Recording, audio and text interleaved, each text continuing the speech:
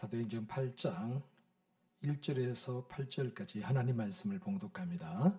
조용히 경청하시기 바랍니다. 사울은 그가 죽임당함을 마땅히 여기더라. 그날에 예루살렘에 있는 교회에 큰 박해가 있어 사도 외에는 다 유대와 사마리아 모든 땅으로 흩어지니라. 경건한 사람들이 스데반을 장사하고 위하여 크게 울더라. 사울이 교회를 잔멸할새 각 집에 들어가 남녀를 끌어다가 옥에 넘기니라. 그 흩어진 사람들이 두루 다니며 복음의 말씀을 전할새 빌립이 사마리아 성에 내려가 그리스도를 백성에게 전하니 무리가 빌립의 말도 듣고 행하는 표적도 보고 한 마음으로 그가 하는 말을 따르더라. 많은 사람에게 붙었던 더러운 귀신들이 크게 소리를 지르며 나가고 또 많은 중풍병자와 못 걷는 사람들이 나으니 그 성에 큰 기쁨이 있더라. 아멘. 할렐루야. 이혜인 시인이라고 아주 유명한 시인이 있죠. 그분이 쓴 초기 시 중에 민들레의 영토라는 시가 있는데 제가 한번 읽어보도록 하겠습니다. 민들레의 영토 이혜인. 기도는 나의 음악. 가슴 한복판에 꽂아놓은 사랑은 단 하나의 성스러운 깃발. 태초부터 나의 영토는 좁은 길이었다고 해도 고독의 진주를 캐며 내가 꽃으로 피어나야 할 땅. 애처로이 쳐다보는 인정의 고마움도 나는 싫어. 바람이 스쳐가며 노래를 하면 푸른 하늘에게 피리를 불었지. 태양에 쫓기어 활활 타다남은 저녁 노을에 저렇게 긴 강이 흐른다. 노을한 내 가슴이 하얗게 여위기 전 그이는 오실까?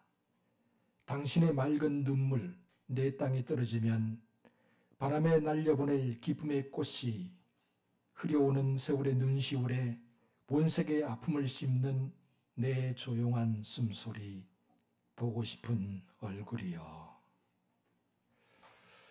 네, 이혜인 씨의 민들레 영토라는 시가 참 맑고 깨끗한 시죠. 읽고 나면 정말 이분이 수녀로 살아가면서 어떤 마음으로 살아가고 있나를 우리가 확연하게 느낄 수 있습니다. 들판에 가득 피어난 민들레는 바람이 불기를 기다립니다. 꽃잎이 지고 하얗게 부푼 씨앗들이 흔들릴 때 그 순간 바람이 불어오게 되죠. 거센 바람이 때로는 씨앗의 뿌리를 송두리째 뽑아버릴 수도 있지만 여러분, 바람이 없으면 민들레는 흩날릴 수 없습니다. 바람이 있어야 흩어지게 되고 흩어져야 새로운 생명으로 피어날 수 있는 것이죠. 여러분, 우리의 삶에도 때때로 원하지 않는 바람이 불 때가 있습니다. 슬픔의 바람, 고난의 바람, 박해의 바람. 그러나 기억하십시오. 하나님은 그 바람 속에서 일하고 계십니다. 그래서 우리의 흩어짐은 끝이 아니라 새로운 시작이 될 수 있습니다. 박해는 파멸이 아니라 새로운 복음의 터널로 들어가는 출입문이 될 수 있습니다. 오늘 본문은 바로 그런 이야기죠. 스데반의 순교, 그리고 사울의 잔혹한 박해.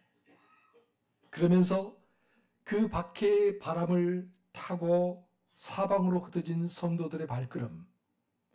하나님은 이렇게 흩어진 성도들의 발걸음을 통해 새로운 복음의 지도를 그려가고 계셨습니다. 예루살렘 성문 밖 돌에 맞아 피를 흘리며 무릎을 꿇은 한 사람이 있습니다. 스데반. 그의 마지막 외침은 원망이 아니라 용서였죠. 주여, 이 죄를 그들에게 돌리지 마옵소서. 돌들이 날아들어도 그의 눈은 하늘을 향했고 욕설과 조롱이 퍼부어도 그의 심장은 여전히 복음을 노래하고 있었던 것입니다. 그리고 끝내 그가 이 지상에서 남긴 마지막 한마디, 주 예수여 내 영혼을 받으시옵소서. 그런데 이렇게 스데반이 피를 흘리며 죽어가고 있을 때 그 자리에 한 청년이 서 있었습니다. 그는 스데반의 겉옷을 지키고 있었죠. 사울입니다. 사울, 그는 증인이었습니다. 그는 스데반의 죽음을 마땅하다고 여겼습니다. 스데반 같은 자는 당연히 죽어야 한다라고 그렇게 생각을 했죠. 본문 1절 상반절을 우리 함께 같이 읽어봅니다. 시작. 사울은 그가 죽임 당함을 마땅히 여기더라. 보십시오. 본문 1절 상반절을 말합니다. 사울은 그가 스데반이 죽는 것을 마땅히 당연하게 여겼다. 그랬기에 스데반이 죽은 이후에 사울은 앞장서서 예수를 그리스도라고 고백하는 사람들을 핍박하기 시작했습니다. 우리 1절 하반절 또 같이 읽어봅니다. 시작. 그날에 예루살렘에 있는 교회에 큰 박해가 있어 사도 외에는 다 유대와 사마리아 모든 땅으로 흩어지니라. 아멘. 여러분, 아직 스데반의 장사조차 제대로 지내지를 못했는데, 스데반을 위해서 마음껏 울어주지도 못했는데, 예루살렘 교회 성도들은 흩어지고 분열되고 와해될 위기 앞에 놓이게 되었습니다. 그런데 가만히 살펴보면 이 사울이라는 사람, 스데반이 죽는데 증인이 되었고 또한 예루살렘에 있는 성도들을 잔혹하게 받게 했던 이 사울이라는 사람의 등장은 우연이 아닙니다. 사울은 여러분 당연히 단순한 악역이 아닙니다. 하나님의 놀라운 반전에 준비된 사람이었죠. 그러고 보면 하나님이 우리의 인생을 반전시킬 때는 정말 예상치 못했던 곳에서 시작한다라는 것을 알 수 있습니다. 스데반은 죽었습니다. 그는 피를 흘리며 예루살렘 성문 밖에서 순교를 당했습니다.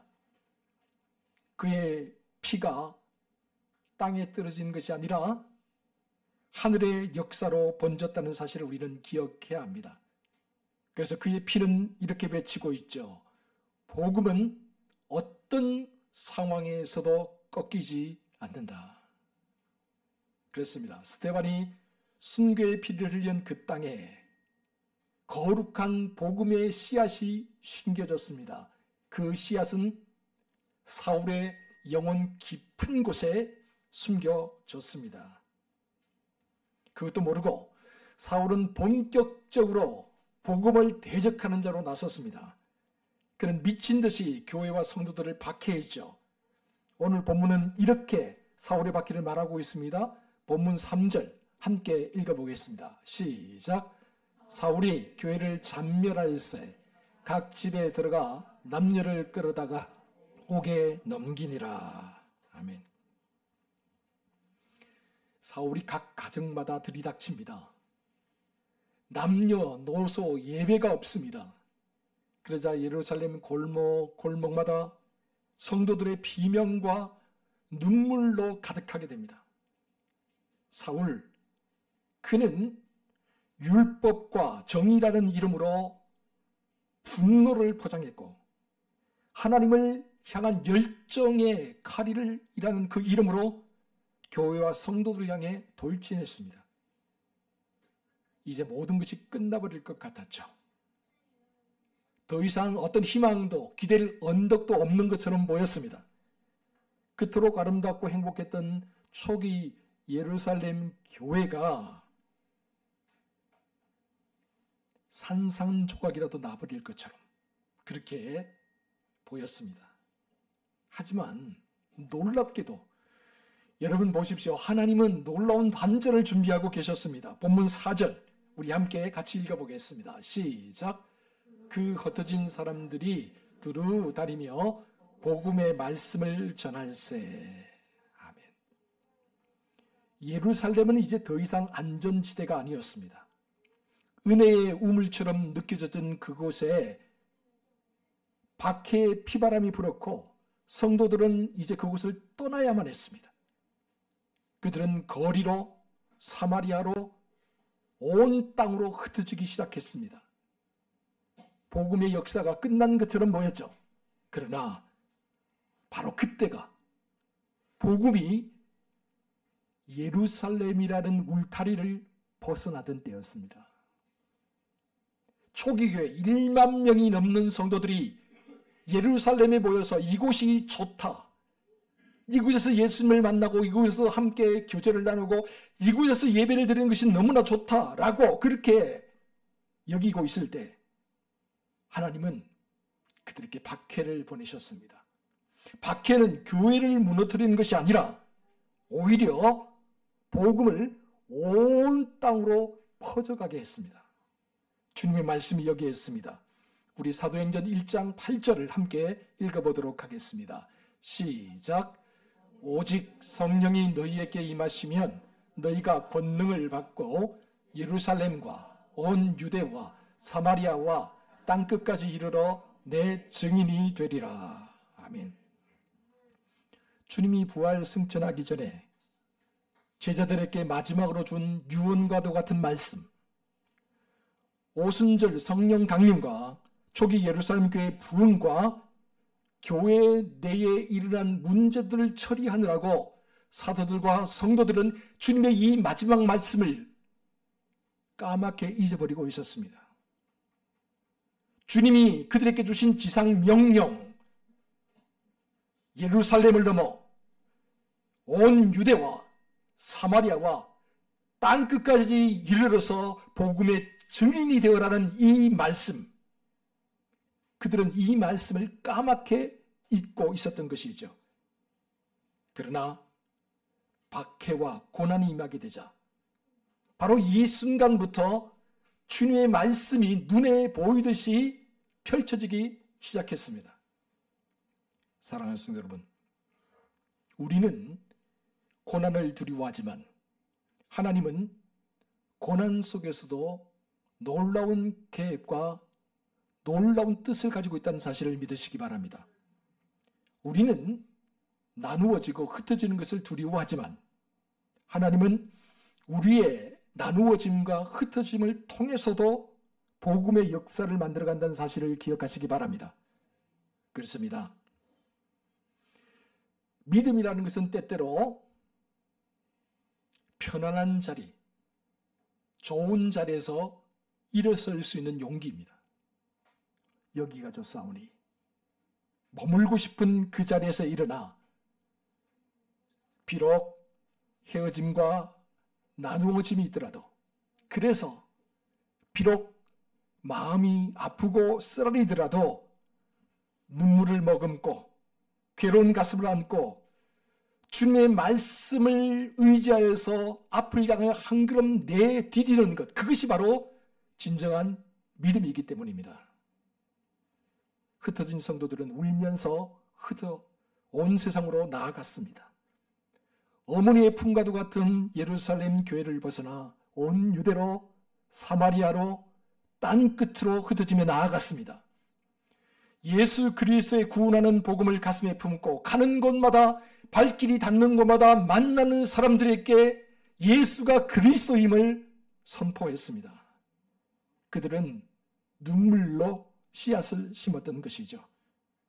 각기 흩어진 곳에서 그곳을 민들레의 영토로 삼고 그곳에서 노랗게 하얗게 다시 복음의 꽃을 피웠던 것입니다.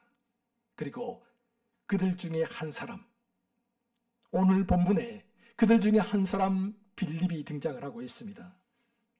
그는 이제 예루살렘이라는 거대한 무대에서 내려와 아무것도 없는 막막한 광야와 같은 곳에서 개척을 해야 되는 그런 상황이었습니다.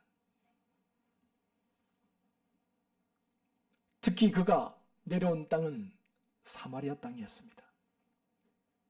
사마리아는 회복되지 못한 땅이었죠. 예루살렘 사람들에게, 정통 유대인들에게 사마리아는 반쪽짜리 민족에 불과했습니다. 그래서 사람들이 가기를 꺼려하는 땅이었고 혼연이라고 손가락질을 받는 땅이었습니다. 그런데 빌립은 이 반쪽짜리 사마리아를 향해 나아갑니다. 그리고 빌립을 통해 하나님은 이 반쪽짜리 민족을 완전한 민족으로 채워주시죠. 물이 낮은 곳을 향해 흘러가듯이, 그리하여서 생명을 살려내고 풍성하게 열매를 맺게 하듯이 복음도 역시 마찬가지로 낮은 곳을 향해 흘러가야 합니다. 소외된 땅, 아무도 찾지 않는 사람들, 바로 그들이 복음의 이 깊은 생수를 마실 자격이 있는 사람들입니다. 빌립은 사마리아로 내려가서 복음을 전파했습니다. 우리 본문 5절 말씀 같이 한번 읽어보도록 하겠습니다. 시작. 빌립이 사마리아 성에 내려가 그리스도를 백성에게 전파하니. 아멘. 모두가 버림받았다고 믿어온 땅이었습니다. 더럽혀졌다고 믿어온 백성들이었습니다. 그래서 모두가 포기했습니다.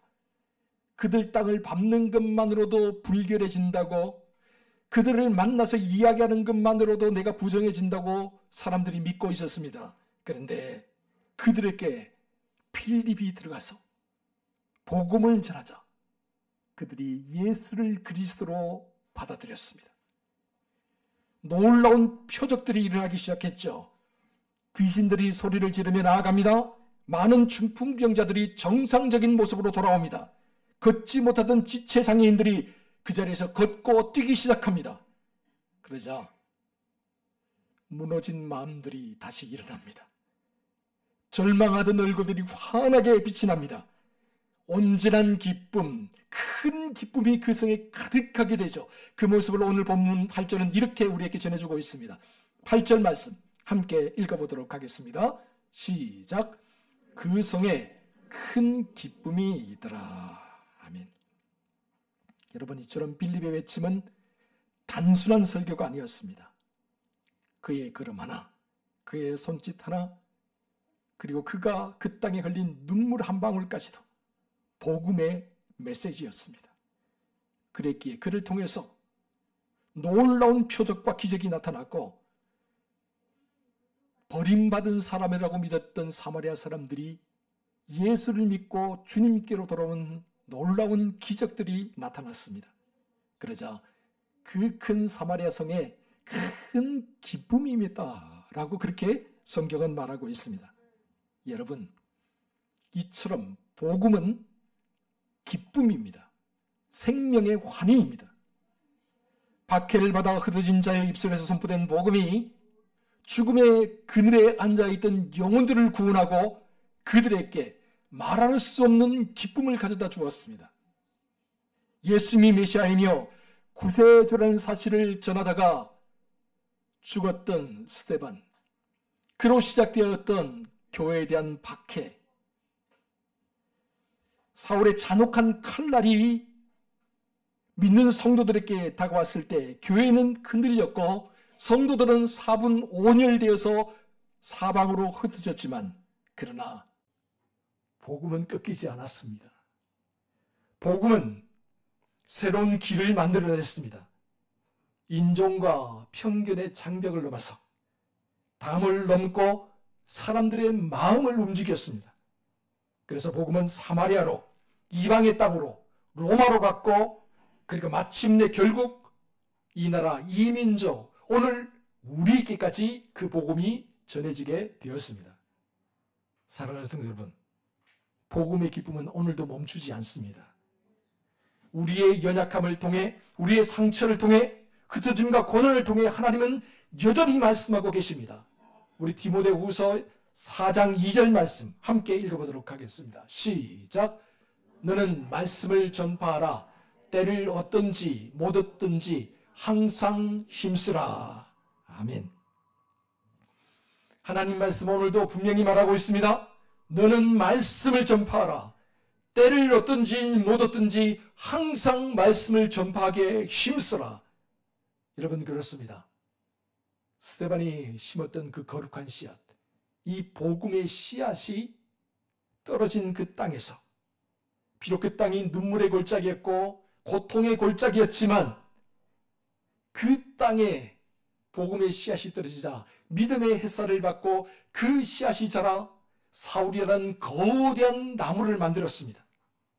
이처럼 아무리 척박한 땅이라 할지라도, 아무리 버림받은 땅이라 할지라도, 버림받은 사람이라 할지라도 민들레 홀씨와 같이 그것에 복음이 전해지게 되면 복음이 뿌리를 내리고 언젠가 풍성한 열매를 맺게 되는 것이죠. 복음의 신비로운 생명력은 우리가 주관하는 것이 아니라 하나님이 주관하시기 때문입니다. 미국 캘리포니아에 몇 해 전에 큰 산불이 일어났었죠. 그래서 정말 고급 주택들도 다 태워버린 그런 엄청난 산불로 인해 말할 수 없는 피해가 있었습니다. 그 중에 그 캘리포니아에 있던 교회 하나가 완전히 불에 타버리고 말았다고 합니다. 갑작스러운 산불로 인해서 예배당이 없어진 거예요. 모든 것이 잿더미가 되었습니다. 예배당도, 피아노도, 성경도 다 타버렸어요. 그래서 성도들이 주일에 그 자리에 와서 엉엉 울다가 돌아갔어요. 얼마나 기가 막히겠습니까? 하지만 그 다음 주 사람들이 예배당이 불탄 그 자리에 다시 모여들었습니다.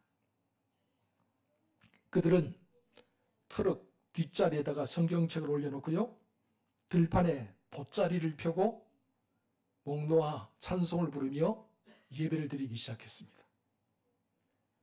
불타버린 예배당 터에 민들레 홀씨와 같은 믿음이 떨어지기 시작했던 것이죠. 그들은 날마다 뜨거운 마음으로 기도하면서 이렇게 외쳤다고 합니다. 주여, 이곳에 다시 주님의 교회를 세워주옵소서. 불타버린 예배당 터에 성도들의 눈물의 씨앗이 떨어지면서 얼마 지나지 않아 그곳에 성도들의 헌금이 한 푼, 두 푼 모여서 교회가 세워지기 시작했습니다. 그리고 1년도 채 되지 않아서 그곳에 정말 이전보다 더 아름다운 교회당이 세워지게 되었고, 또 이전보다 더 많은 사람들이 몰려와서 지금 힘차게 하나님을 예배하고 있다고 합니다. 사랑하는 성도 여러분, 우리는 무너지면 모든 것이 끝났다라고 생각을 합니다. 흩어지고 분열되면 이제 모든 것이 다 끝났다라고 생각을 합니다. 그러나 하나님은 그렇지 않다고 말씀하세요. 흩어짐이 곧 패배라고 생각하지 말라고 우리에게 말씀하세요. 잿더미 위에서 부활이 시작된다고 주님은 말씀하고 계십니다. 그러므로 그 어떤 절망적인 상황이 우리에게 펼쳐진다 할지라도 결코 포기하지 마시기 바랍니다. 사람을 보지 마세요. 환경을 보지 마세요. 조건을 보지 마세요. 오직 하나님만 바라보시기 바랍니다. 그럴 때 우리의 발끝이 머무른 자리마다 복음의 씨앗이 뿌려지게 될 것이고, 그래야 언젠가 그곳이 민들레의 영토처럼 환하게 밝아지는 그날이 오게 될 줄 믿습니다. 오늘도 우리를 통해 일하실 하나님의 놀라운 능력을 기대하며 힘차게 달려나가는 저와 여러분 모두가 될 수 있기를 주의 이름으로 축원합니다. 기도하겠습니다. 주님, 스데반의 피를 통해 복음의 씨앗을 흩으신 주님을 찬양합니다. 우리는 고난의 의미를 다 알지 못합니다. 우리에게 다가오는 이 고통과 아픔의 의미를 다 알지 못합니다. 그러나 분명한 사실은 고난의 바람 속에서도 주님의 숨결은 멈추지 않는다는 사실입니다. 우리의 눈물 속에 하나님의 선하신 뜻이 숨겨져 있음을 보게 하시고, 우리의 분열과 흩어짐 속에서 주님은 복음을 더 멀리, 더 깊이 번져가게 한다는 사실을 기억하게 하여 주옵소서. 빌립처럼 낯선 땅을 복음을 들고 찾아나가게 하시고, 사도 바울처럼 잘못된 길에서 돌이켜 생명조차 아까운 것을 여기지 않고 주님을 위해 살게 하시며 스데반처럼 비록 고난이 있고 아픔이 있더라도 하늘 우러러 용서하며 살게 하여 주옵소서. 복음을 위해서라면, 복음의 능력을 위해서라면 얼마든지 하늘의 미랄이 되게 하여 주옵소서. 그래 우리를 통해 오늘도 새로운 생명의 이야기가 쏘내려가게 하여 주시옵소서. 이 모든 말씀을 우리 구주 예수 그리스도의 이름으로 기도하옵나이다. 아멘.